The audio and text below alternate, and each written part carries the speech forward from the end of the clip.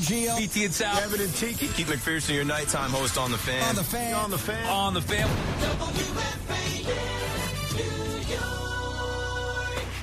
It's WFAN Daily, hosted by Pete Hoffman.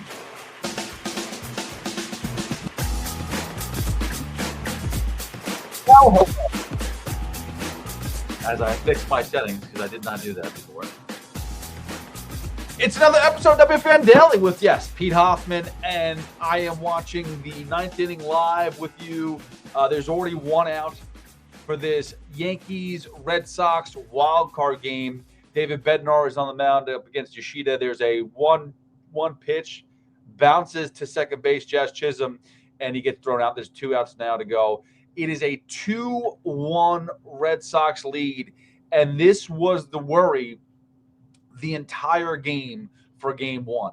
It's Max Fried versus Garrett Crochet. Everybody knows this is the best matchup of the playoffs. Like, 2 of the best pitchers out there, 2 aces, two guys going for the Cy Young, and Max Fried and Garrett Crochet went back and forth, and Garrett Crochet coughed one up first. He gave up a solo home run to, out of all people, Anthony Volpe, and that was awesome, and it gave the Yankees a 1-0 lead, but Max Fried was only able to go 6 1/3 innings. So they go to the bullpen, and they go pick up and bring in Luke Weaver, who I don't think at this point in time is a top reliever for them. Like, I think that Luke Weaver, we've seen, has been very shaky as of late. There's been better pitchers, and you need to go to your better pitchers. You have a one-run lead. This is a 3-game series, a 1-run lead. You're going up against Garrett Crochet, who's still in the game. It's the 7th inning. You go to your best relievers, and instead they go to Luke Weaver. And Luke Weaver does what he does. Doesn't get an out, which is highly disappointing. You know, if we go through that inning of again, it's the 7th inning. You have a situation where, let's see, who are the players? As right now, there's now a man on first base as a solo single by Trevor Story, and people are bugging out upstairs right now. My kids are bugging out right now, so I apologize. Otherwise, I'd be screaming at them. And if you hear those noises, it sounded like a loud thump. That could be anything. It could be the dog. It could be the kids. Probably the kids, though. That's what I'm gonna guess. All right. Bregman's obviously up right now. So Garrett Crochet goes 7 2/3 innings. Unbelievable. But here we go. This is the top of the 7th. Luke Weaver comes in after free ground, gets Duran to ground out. So, like, I understand how many pitches does Fried have? 102, but it's the playoffs. It's the wild card. You have to be able to go deeper into the game. 102 pitches is nothing. And as Trevor Story right now in front of us just steals a base. So now it's a man on second base. I don't know what the count is, but was he getting in there in time? I think he did. Ooh, I don't know. It's close. See, this is where replay is like you slow it down. So Jazz looks like he came with the tag. No, he's safe. Okay. It's so close by like a millisecond. But either way, Trevor Story gets in there. It's a 2-1 pitch coming up to Alex Bregman, but Story's on second base right now. This is an insurance run right here. This to help him out. It's a 2-1 ball game in the top of the 9th, as I said. But Jaron Duran comes up, grounds out to Max Fried at 102 pitches. They pull Max Fried, who honestly could have gone more. Like, that's unless Fried's telling you to take him out, you keep on going. And Luke Weaver comes in and he walks Rafaela. Nick Sogard gets a double, which they run off of Aaron Judge. And then, like, listen, I talked to Manuel yesterday on the podcast, and he was saying that, like, Judge has been working on his throws, and he can make those throws, and when need to, he will be able to gun or run around if you need to. Like, he should be able to make those throws. But, Sogard realizes he hits the ball that Judge is fielding, he's going to take the extra base, and he does. And he puts himself in a position to now, rather than be first and third, to second and third. And then Yoshida comes in to hit for Ref Schneider and basically pinpoint the exact same spot that Sogard hits a double, Yoshida hits a double, and it's a 2-1 lead from there on. And then they pull Weaver, Cruz comes in, strikes out Trevor Story, walks Bregman, and then Nathaniel Lowe lines out. What was that about? But bad sequence in the seventh inning. A couple of things. Luke Weaver, like I said, should not have been pitching that inning. And then this is maybe a tougher decision to make. Does Aaron Judge play right field in the later parts of the innings? Now, he did make a good catch. The Nathaniel Lowe, he hit a line drive that Judge had to go back on, and he made that catch, so that was important. But if he's not going to be able to make those throws, and they're going to run on him, and that's a big spot right there. And there's an insurance run. Alex Bregman, RBI double. Does he make it the second? He does. And an RBI double as Bregman hits a shot to left field, rolls back to the wall. Bellinger plays it off. Story scores, and Bregman's now sitting at second base. Not for nothing. I mean, that could have happened anyway, but this would have been a different situation. It would have been a 1-1 game. Now it's 2-1. Now it's 3-1. This game's pretty much out of hand as Crochet went back out there for the seventh inning and went back out there in the eighth inning. And eventually he did get pulled at the end of the with 7 2/3. He gets Bellinger to pop out, and then he gets Stanton to ground out. No, that was the seventh inning. What did he do in the eighth inning? Right. He strikes out Grisham, strikes out Wells. That's what he did. Oh, Marron. As they're bringing in Tim Hill now. Here we go. This is going to be a problem. But the Wells at-bat was frustrating because he was just missing pitches. He just missed the call that Wells got. Now, again, this umpire has been very strict with his strike zone. There was a pitch that Devin Williams, I thought you could have given him a strike. Instead, he got called a ball, and he ended up walking Carlos Narvaez. And it was right there, just missed. I think it was an outside pitch, and he didn't call it. Okay, fine. But he's been fair because that Austin Wells pitch just missed, and he called it a ball. However, the strike three was right down the plate, bottom, inside pitch. But it hit the corner, no doubt about it, and he strikes out looking, and that was frustrating. And then they finally pull Wells, and Chapman comes in. Mind you, in between Volpe did get a base hit, but Chapman comes in. Volpe goes to second base on a balk as they continue to try to pick him off. It wasn't happening. I'm not sure if that was just for Chapman to feel more comfortable, if that was purposeful, but whatever. And then Caballero flies out. And now here we are with, it was 2-1 at that point in time. And now you're 3-1 in a spot where Tim Hill's coming in to pitch to get you out of this jam with, Bregman on at second base after just got an RBI double. 3-1. Is it Nathaniel Lowe up again? Listen, this was the game that everyone circled that said the Yankees, if they can find a way to beat Crochet, they definitely won the series. Now they still have 2 more games at home. Is it tough to win back-to-back games in a 3-game series? Of course it is. Can it be done? Obviously. I mean, teams do it all the time. So yes, teams sweep 3-game series. They should be able to win 2 in a row. Shouldn't be the end of the world. But to now have the pressure on you, must win 2 nights in a row. Let's see if the Yankees are going to be able to do that if they don't pull this out here. And you're talking about who's going to be up next for the Yankees. As was it Caballero made the last out, so you have the good thing is you got the top of the order. I mean, you have Goldschmidt, Judge, Bellinger, and Stanton if you get that far.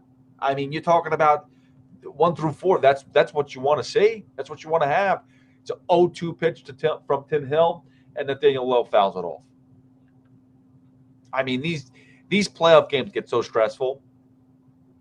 But that was already an early second guess. First guess, second guess, The first guess is, why are you taking out Max Fried? The second guess is, should you have taken out Aaron Judge for defensive purposes? And that's why it's almost, okay, Nathaniel Lowe pops up to center field to get out of the inning. Okay, fine. It's now going to the bottom of the ninth. Chapman's still in there. As Chapman pitched the last inning to get out, or got the last out of the last inning. So he's looking to get a 4-out save, and we will see him versus Goldschmidt, Judge, and Bellinger. Right now, combined 2 for 9 on the day. Stanton, if he gets up, he's 0 for 3. So those guys together are 2 for 4. I mean, Garrett Crochet had an amazing day. And this is the problem. Garrett Crochet, you knew was going to bring his ace-like stuff, and so did Fried. But Crochet was almost able to get 8 full innings. He went 7 2/3, 4 hits. 4 hits, that's it. Gave up that 1 home run to Volpe, and that was it. Besides that, he gave up 3 singles. He gave up the hit to Goldschmidt, a hit to Judge, and then the other hit to Volpe. And that's it. So 7 2/3, 4 hits, one earned run off the home run, 11 strikeouts. I mean, at 170 pitches. That's what you want. Now, Fried, on the other hand, too, he kept it tight. He was right there. He went 6 1/3. I mean, that's a difference of 5 outs, if my math is correct. 5 outs, or maybe 4 outs. 4 outs. 4 freaking outs, but still, big difference. 4 hits, 3 walks, 6 strikeouts, only 102 pitches compared to the 117 that Crochet pitched. I think that you could have put, second guess is, I think you could have put left Fried in there, and definitely not to go to Weaver. That's the first guess. Like, Weaver was the one guy you should not have put in there. I would have put Cruz in there. I would have put Williams in there. I would not have gone Luke Weaver at that point in time. There was no runners on. It wasn't like you're putting somebody in a sloppy position. Yes, there's already an out. Go finish the inning if you're going to do that, but don't need to go to Weaver. And unfortunately, Weaver had a bad day, and he's been having bad days as of recent. I mean, you want to talk about game logs? Well, actually, since September 17th, he's been pitching rather good. 1, 2, 3, 4, 5, 6 appearances, 0 runs. But he had that game in Minnesota, gave up 5 runs in the third. 2 games before that, September 10th versus Detroit, 3 runs in the third innings. He gave up a run to Houston, gave up 2 runs to another run to Houston. You know, in the month of August, he wasn't all that good. So it's like, Devin Williams is more lights out. That was the way to go. All right, here we go. So it's Paul Goldschmidt versus Aroldis Chapman. He had 3 through 6 pitches last inning. 6 pitches, that's it. And mind you, talk about after a crappy inning from Luke Weaver to give up the lead in the 7th inning, the Yankees did the Red Sox a favor by only seeing 6 pitches and getting 3 outs versus Garrett Crochet. So they allowed him, not only did they not work the counts, they saw 6 pitches and allowed Crochet to get through that 7th inning in 6 pitches to then go to the 8th inning. So that, again, talk about not a good approach to get this guy out, unfortunately. So it's Goldschmidt, it's Judge, it's Bellinger. It's a 1-1 count.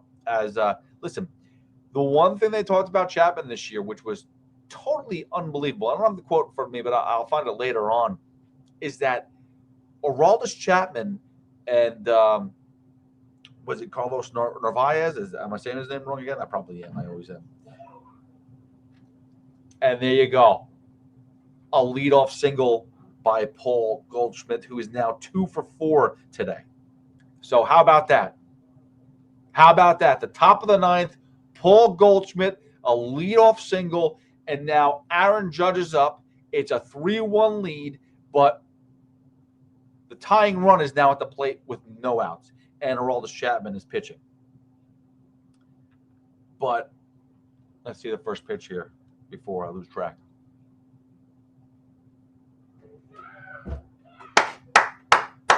As the kids are clapping upstairs, single up the middle, runners on first and second, no outs. Hey, listen, kill him by singles. That's all you got to do. Just keep making contact.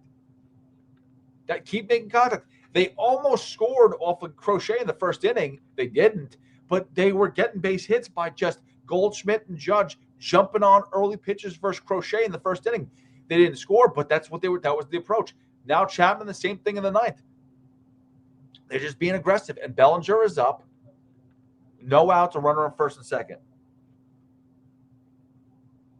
Bellinger drops in. Did they send him?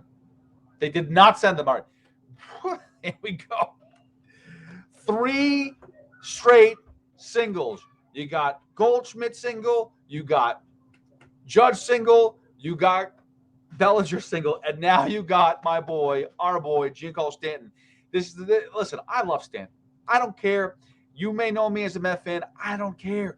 Giancarlo Stanton's one of my favorite players of all time. I love watching him bat. He just smashes the baseball, and this is his spot, man. Bases loaded, no outs. Giancarlo Stanton. I mean, he could send one to the wall. He could either hit a home run, he could hit a bases clearing double, he could hit a pop fly to score a run. Listen, you need 2 runs right now. Don't get into a double play. That is the one thing you do not want to do, is get into a double play. Now, this is the thing I want to talk about before we get any further, was that Carlos Narvaez, the catcher, and Chapman, they figured out he never knew how to locate his fastball. He never thought to locate his fastball. He just wheel back and throw. And that was the one thing that changed this year. If you look at his numbers, it was amazing how good he was this season. And it's because they located his fastball. His pitch that was extremely wild. Oh, Stanton. 100 miles per hour heater right over, just the top of the plate. Stanton check swing, fouls it off. Count is 0-1. Again, no outs, bases loaded. Now, if you're watching live with me, this is awesome. If you're listening, maybe you should go back and watch the game and put this on at the same time. And if not, so be it. Stanton swings through a strike. 0-2 on Giancarlo Stanton. The one quote that I remember for Stanton, I think was it last year or 2 years ago, was they asked him why he's so good in the playoffs. He goes, you got to step it up. That's time to step up. Career with bases loaded, he's batting .323 with 11 home runs. 0-2 pitch, fouls off a sinker, 101 mile per hour sinker. Holy smack. This is, you can't ask for anything more for the Yankees. This is the exact spot. And all it took was to get Garrett Crochet out of the game. And you're already in this spot where the Yankees' biggest issue, this was the biggest concern, is hitting an ace. Tariq Skubal just showed how an ace can just shut down any offense. It doesn't make a difference. Stanton is such a beast. Let's see what happens. Here we go. 0-2 pitch. Giancarlo Stanton. Chapman with the pitch. Oh, he threw a splitter, 92 mile per hour, and just swung through it. All right. 1 down. You got Rosario coming up. Well, sorry, Chisholm's coming up. Chisholm came in for Rosario. So let us see lefty on lefty here. I don't think they're replacing. Here we go. Spit up we go. All right, Jazzy's up. First pitch swing and foul ball, 101 miles per hour. That's nuts. Fouls it off. My wife is calling.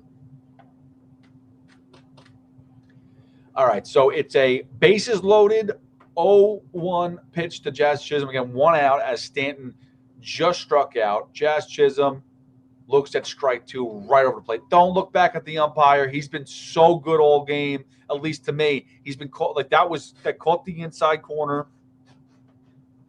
Yeah, that's clearly over the plate. He caught it. It was right over there. A little bit on the outside, but still got totally right over the plate. Got everything and more. 0-2 pitch to Jazz Chisholm. Fouls it off. Got to put that thing in play.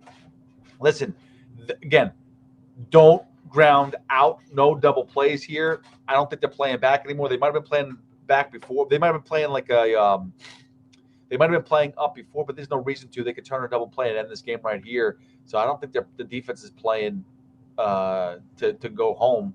I think it's a double play. That's what they're looking for. Or a strikeout by Chapman, one or the other. All right. Jazz is back in. Chapman's back in. You can't make this up. For the first game of the playoffs, baseball playoffs are freaking unbelievable. We were watching the Detroit Tigers and the Guardians before. It was a crazy game. Chapman up. That ball is popped out to right field, but that should be able to score a run. Do they send them? Does Goldschmidt run? Goldschmidt doesn't even run. It's not deep enough. I think it was, but you can't risk the final out at home. You got one more shot. You need 2 runs. Goldschmidt's run really doesn't make a difference. If he's out, that's the game. You need 2 runs. Here's Trent Grisham. I mean, you talk about somebody who's been a hero all season long, and Trent Grisham comes up, bases loaded against Chapman. I mean, this is his spot. Let's go. 34 home runs. He's been 0 for 3 with 3 strikeouts today. 34 home runs on the season. Could he hit the biggest home run of the season in the postseason for Trent Grisham?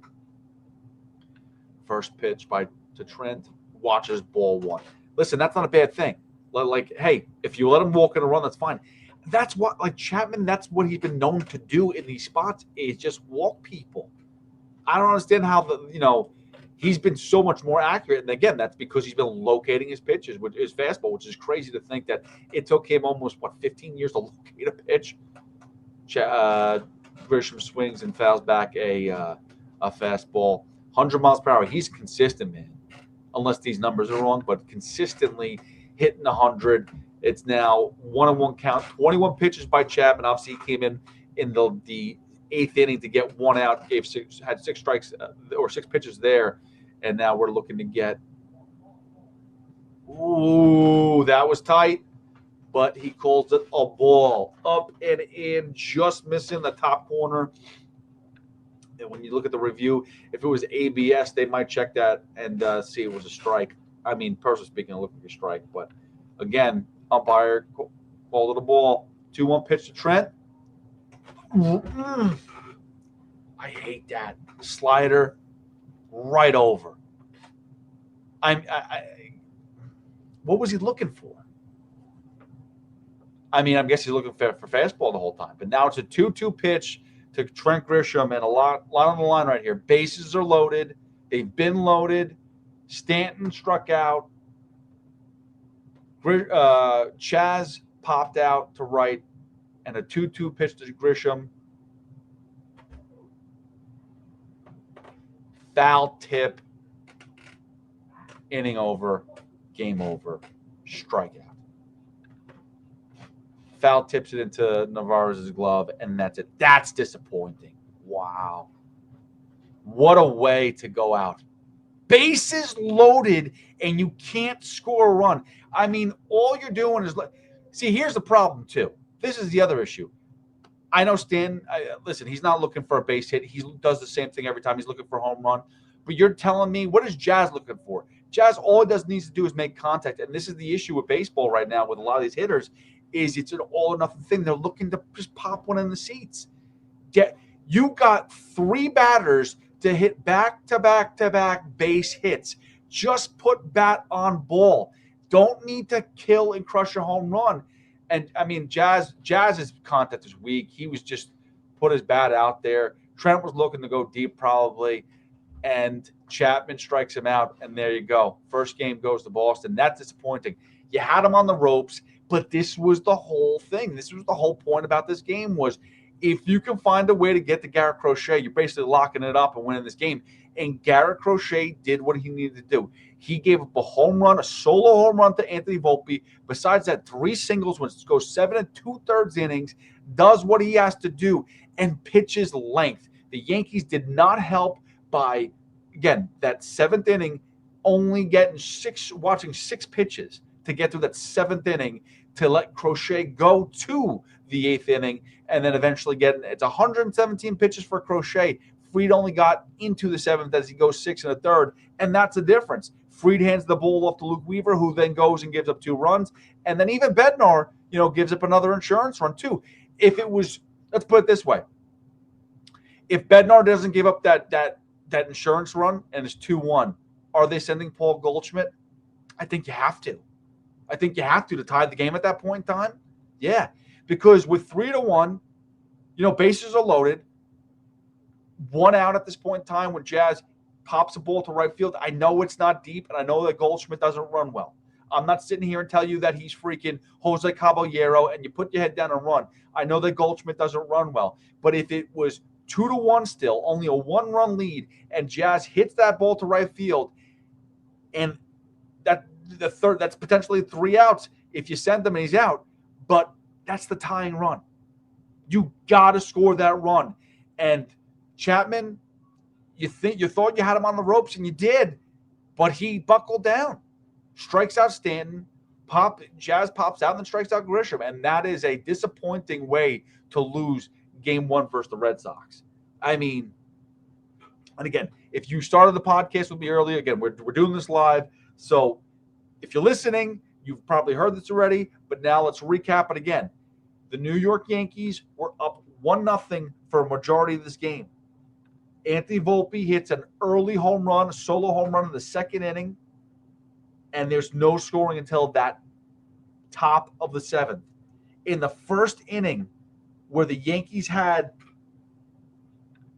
Crochet on the ropes, Goldschmidt singles, Judge singles, Bellinger strikes out, so you got 1st and 2nd, and Stanton, unfortunately, hits into a double play. And that was basically that first scoring chance was huge. That backfired with runners in scoring position. It was a rough night. They didn't really get many runners in scoring position, but in the 1st inning and the last inning, they had runners where they wanted to be. That was the perfect situation. The 1st and the 9th inning was exactly where you wanted the Yankees to be, and they scored 0 runs. 1st and 2nd, 1 out. Actually, it was 1st and 2nd with no outs. Then Bellinger strikes out, but 1st and 2nd then with 1 out, and Stanton grounds out. And then in the 9th inning, you get bases loaded, no outs, single by Goldschmidt, Judge, and Bellinger, and that leads to nothing. But Volpe, with the solo home run, gave the Yankees the lead, and basically it was a pitching duel for 6-7 innings up until Fried came out. And again, I don't know about you, but to me, it's the wild card series. It's a short series. I'm almost like thinking like wild card game. When are you going to pull a pitcher in a wild card game? He's dealing. They're not hitting him. It's a clean. The bases are clean. It's the 7th inning, top of the 7th, and 6 1/3. Excuse me. It's 102 pitches, but go batter by batter then. Don't give the ball to the bullpen. The best pitcher's on the mound right now. It doesn't make a difference which bullpen arm you have, whether it's Devin Williams, whether it's David Bednar, whether it's who you brought in, Luke Weaver. The best pitcher on the New York Yankees was on the mound at that moment, and his name was Max Fried. There was no reason to take him out. Unless he's telling you his arm is dead, there is no reason to take him out. And unfortunately, that move backfired for Aaron Boone. You take him out. You bring in Weaver. He goes on and walks Rafaela. He gives up a single to Sogard. But again, this is another thing you got to think about now. Aaron Judge has not been healthy in right field. He's been good enough. He really hasn't been tested to make a serious throw. He's in right field. Sogard hits a ball that goes up the middle, but more towards right field because, whether Chisholm's playing over more for a double play because Sogard's a lefty, whatever the case is, however the defense is structured, the ball goes past Chisholm and Judge has to play it. And Sogard takes the extra base on Judge's throw. It's a huge play. That's a huge play right there. Because rather than 1st and 3rd, it is now 2nd and 3rd. And Yoshida comes in to hit for Refschneider. And Weaver, after a walk and a double, basically gives up an identical hit to Yoshida up the middle. and 2-run score. 2 runs. That's the difference right there. If it was a 1-run scoring hit by Yoshida, it could have been still second and third. And then you get Cruz to come in to strike out Story. Bregman walks. Okay, fine. Bases are loaded at that point in time. And then Lowe hits a line drive to right field, and Judge catches it. Now, would Judge have been the only person to catch that ball? I don't think so. I think that, a faster or a good defensive right fielder would have been able to catch that. Judge is a good defensive right fielder, so I'm not taking that away. But his arm is shot right now. Let's be fair. I know we talked about this on the last podcast with Emmanuel, but I don't trust Aaron Judge's arm. And clearly, neither do the Red Sox, which is why Sogard took that extra base. And that's the difference in the game. It should have been 1-1. Should have been 1-1 going to the bottom of the 7th. But then again, the Yankees didn't hit in the 7th. Again, 6 pitches. Bellinger pops out. Stanton grounds out. Rosario pops out, or grounds out, on 6 combined pitches to Crochet. So he's going to come out for the 8th, which he does. Williams comes in. Narvaez walks. Abreu flies out. Duran flies out, and Rafael flies out. So Williams is productive. He does what you want. This would be a 1-1 game going into the 9th inning. Now, listen, Bednar, is he still going to crap the bed? Sure. But again, like I said earlier, and which is basically the play of the game here, bases are loaded in the bottom of the 9th when Goldschmidt, Judge, Bellinger go back-to-back base hits off of Aroldis Chapman, and they can't score a run because Stanton strikes out, and Jazz Chisholm, the only guy to make contact in play, pops out to shallow-ish right field. But if it's the tying run at third base and not just the second run, which they're down by 2 runs, so you need Judge to score, who's on second base as well, you're not really going to send Goldschmidt. I think in that spot, if it's a tie, if it's a 1-run lead, if it's 2-1, I think in that spot, in that scenario, you would be sending Paul Goldschmidt and testing it out there. And if he gets thrown out, you tried. But I think you would have been sending him there. And maybe that's a wrong first guess, but I think that's what it would have been. And that's where the game is.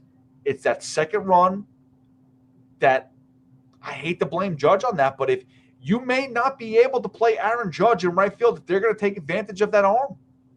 It's the playoffs. People are going to hustle. People are going to run it out. Either that or, no offense, you take out Goldschmidt and get a better base runner. But again, at that point in time, it was still 2 runs that needed to score, so Judge had to score as well. So in the actual game itself, it was a bad scenario. But again, this goes back to there's a lot of small things here, a lot of small bleeds, a lot of small cuts that hurt the Yankees today. And it was all once Max Fried was taken out of the game. That's exactly what we said earlier this morning on the BT and Sal show. We talked about how the fact is it was Max Fried versus Garrett Crochet. Who was going to go longer and deeper? Who was going to have the better pitching line? Max Fried had the better pitching line. Like, you want to break it down. No runs. 6 1/3 innings. He gave up, 3-4 hits? Gave up 3 walks, 6 strikeouts? You think that's the better pitching line. Excuse me, I'm sneezing. Jesus. I apologize for the sneeze. But you think that's a better pitching line, and then you look at Garrett Crochet, and he goes 7 2/3. He gave up that 1 home run. That was it. And that's the difference in the game. You needed to find a way to get Garrett Crochet out sooner. And then even when you did that, you had bases loaded with no outs in the bottom of the 9th inning, and you couldn't score a run. That is incredible. What a devastating loss for the Yankees for Game 1. And that's how these games are going to go. That's how these games are going to go. You saw earlier in the Cleveland and the Tigers game where Jose Ramirez was a tying run at third base, and I forgot who hit the ball, but a little on-contact Ramirez with 1 out. Like I said, this is a very similar scenario. Goldschmidt, if he was a tying run, I think he would have been off and running. Jose Ramirez was running on contact in the bottom of the 9th inning, and they threw him out at home because the ball lightly got tapped back to the pitcher and they get him out at home or in a rundown or whatever it is. But, like, that's what you do when it's a tie ball game in the bottom of the ninth inning. You've got to send your runners. You've got to send them. And that was their shot, and they failed. And you could blame it on the fact that Max Fried maybe could have gone a little deeper. You could blame it on Luke Weaver, shouldn't have been in the game. You could blame it on Aaron Judge not, being able to throw at a guy at second base because his arm is shot. You could blame it on Bednar for not being able to, pitch a clean inning. And then you can blame it on the bats for not being able to make contact besides Jazz Chisholm with bases loaded. That is a frustrating way to lose the first game of the wild card. But here's the thing. There's a game tomorrow. You don't have to face Garrett Crochet. Your offensive lineup is going to be much different because Jazz is going to start now. You're going to see, McMahon probably in the lineup as well. You're going to have a little bit more versatility. Maybe Ben Rice gets back in the game and maybe he plays first base or whatever the case is. Maybe he's DH. I don't know. Stanton, unfortunately, had a bad game, had a rough game. That's the guy that you always key on in the playoffs is Giancarlo Stanton, but it was kind of a no-show. So that stunk. But listen, 2 more games to go, hopefully for the Yankees. At least one more. You got to win, and now the pressure's on. And now the pressure's on Carlos Rodon, who has had a really good season all year for the New York Yankees. This is obviously his biggest start of the season is right now, and we'll see what happens on Wednesday. Will Carlos Rodon be able to be the best version of himself, or is he going to be that guy that gets hit early and breaks down? That's been his biggest weakness is himself, is that he if he's not happy, if he's not perfect, if he gives up a run early, he seems to break down on the mound. He needs to be his best version, even if he gives up a solo home run to lead the game off. Go 8 deep. You got to go as low as possible. You can't trust the bullpen. That's what it comes down to. These bullpens are so much in flux. It's, if you can't go 8, you're going to leave it to your bullpen, 3 runs. That's what happens when you go to your bullpen. All right, that's another episode of WFAN Daily with Pete Hoffman. I appreciate you. You can follow me at HoffWFAN. I apologize for sneezing earlier, but thank you for watching live with me. I'm going to try to do this every night as well for the Yankee playoffs, at least the 9th inning, go live, and we can watch it together and see how it goes. We have at least one more game to go, and hopefully we'll have more than that. And we'll see how the rest of these playoffs go as well. Maybe we'll do more games, not just the Yankee games. All right, guys. Thank you again at HoffWFN. You could like, subscribe, follow on YouTube. That's where it pops up. You could also just download your podcast wherever you get your podcast, whether it's Odyssey app, which I like, Spotify, Apple, wherever you get your podcast, you'll find this WFAN Daily with Pete Hoffman. Thank you again for listening, following, and I'll see you guys tomorrow on another episode of WFAN Daily. See ya.